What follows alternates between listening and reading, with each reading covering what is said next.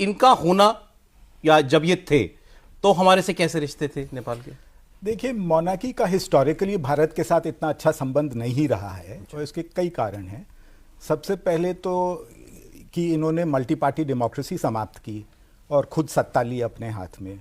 दूसरी बात, जैसे प्रदीप जी ने कहा, इन्होंने चाइना से हथियार खरीदे, कोई ऑर्डिनरी हथियार नहीं, एंटी एयरक्राफ्ट गन।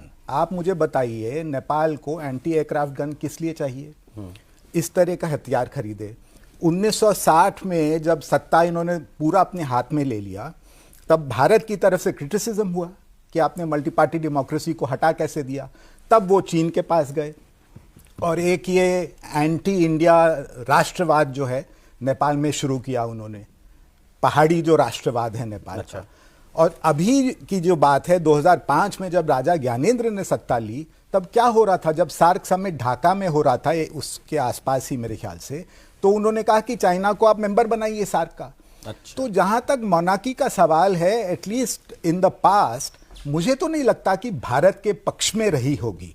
दूसरी बात मैं कहना चाहता हूं कि आप नेपाल में हिंदू राष्ट्र और मोनार्की हिस्टोरिकली ये कनेक्टेड रहे हैं। और मेरा एक दोस्त है वहाँ के बहुत वरिष्ठ पत्रकार विजय पांडे, वो कहते हैं कि हिंदू राष्ट्र की जो ट्रेन है ना, उसकी अंतिम बोगी में राजा बैठा हुआ आता है। और क्योंकि राजा जो है वो विष्णु का अवतार मानते हैं, तो एक तरह से जुड़े हुए हैं। काफी कॉन्स्टिट्यूशनल मोनार्की रहेगी? नहीं, मोनार्की नहीं रहेगी।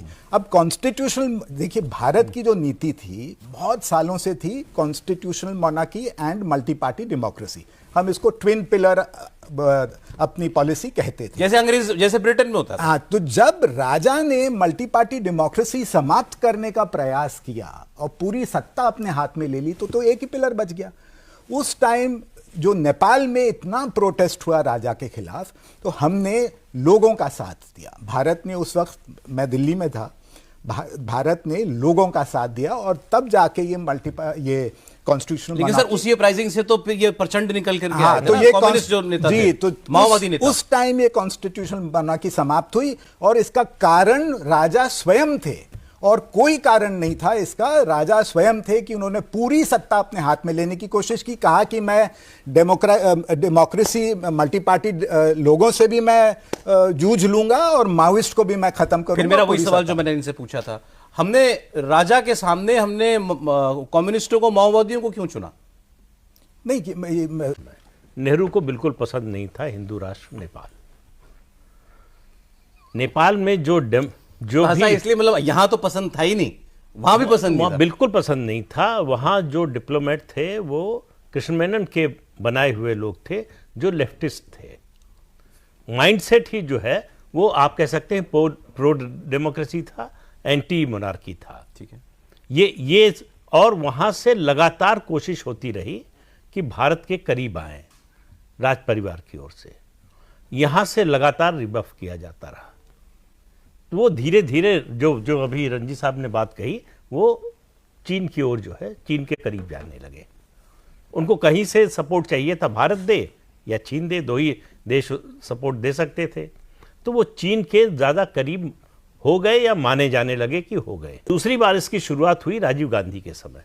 राजीव गांधी 1987 में सार्क सम्मेलन में नेपाल गए, फिर 88 में जो है दोबारा गए।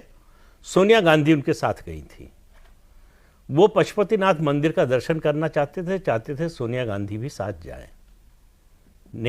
मंदिर के पुजारियों ने मना कर दिया कि किसी गैर हिंदू का प्रवेश मंदिर में नहीं हो सकता। अच्छा, तो उन्होंने राजा से संपर्क किया। राजा ने कहा कि हम इस परंपरा में दखल नहीं दे सकते। ये बात राजीव गांधी को, सोनिया गांधी को बहुत अपमानजनक लगी। उसके बाद नेपाल का ब्लॉकेड हुआ और उसके और भी कारण थे। एक तो संधि, जो हमारी व्यापार संधि थी, वो खत्म हो गई थी। दूसरा, नेपाल जो है चीन से कुछ हथियार खरीद चुका था, इसलिए भी भारत की नाराजगी थी। ये माओवादी आंदोलन चला, इसमें भारत की जो खुफिया एजेंसी है रॉ, उसका बहुत बड़ा योगदान था।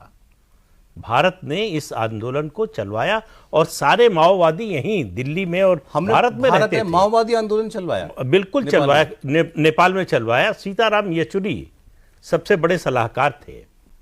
ये केवल मतलब राज परिवार पर ही सारा दोष नहीं मढ़ सकते कि वो भारत के साथ नहीं आना चाहते थे या प्रो इंडिया नहीं रहे। हम भी कभी प्रो जो है मोनार्की नहीं रहे। तो ये मामला दोनों तरफ का था, और इसमें जो है रॉ की भूमिका आप देखेंगे तो आपको और ज्यादा समझ में आएगा। आखिर भारत की खुफिया एजेंसी किसी देश का जो राजतंत्र है, जो भी शासन व्यवस्था थी, उसके खिलाफ क्यों लगा था?